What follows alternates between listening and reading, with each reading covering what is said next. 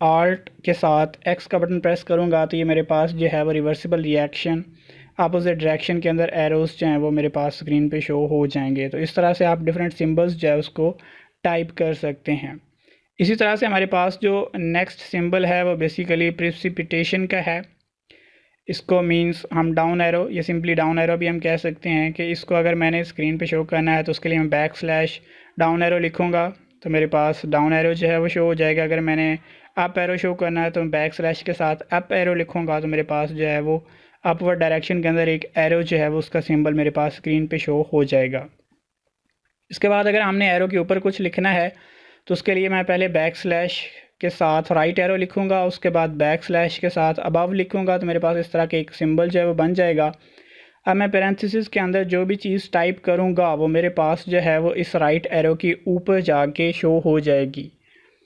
अब जैसे ही मैंने स्पेस का बटन प्रेस किया तो मेरे पास एन ए और सी एल जो कि मैंने पैरेंथेसिस के अंदर दिया था वो मेरे पास एरो के ऊपर जाके शो हो गया है। तो इस तरह हम किसी भी इक्वेशन में अगर एरो के ऊपर कुछ लिखना चाहते हैं तो उसके लिए हमने सिंपली बैक स्लैश के साथ राइट एरो, उसके बाद बैक स्लैश के साथ अबव टाइप करना है और उसके बाद पैरेंथेसिस के अंदर हमने वो चीज़ टाइप कर देनी है।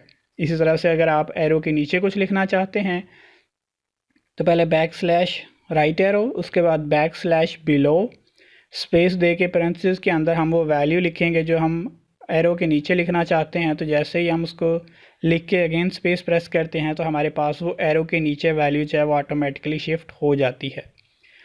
अब अगर हमारे पास एक ऐसी सिचुएशन है जहाँ पे हमने एरो के ऊपर भी कुछ लिखना है और एरो के नीचे भी कुछ लिखना है तो ऐसी सिचुएशन के लिए हमारे पास जो कोड है वो basically back slash right arrow, इससे हमारे पास क्या होगा कि एक एरो बन जाएगा जिसकी डायरेक्शन राइट साइड की तरफ होगी। उसके बाद बैक स्लैश अबव मीन के हम सॉफ्टवेयर को बता रहे हैं कि हम इस एरो के ऊपर लिखना चाह रहे हैं। उसके बाद पैरेंथेसिस के अंदर हम वो वैल्यू देंगे जो हम इस एरो के ऊपर लिखना चाह रहे हैं।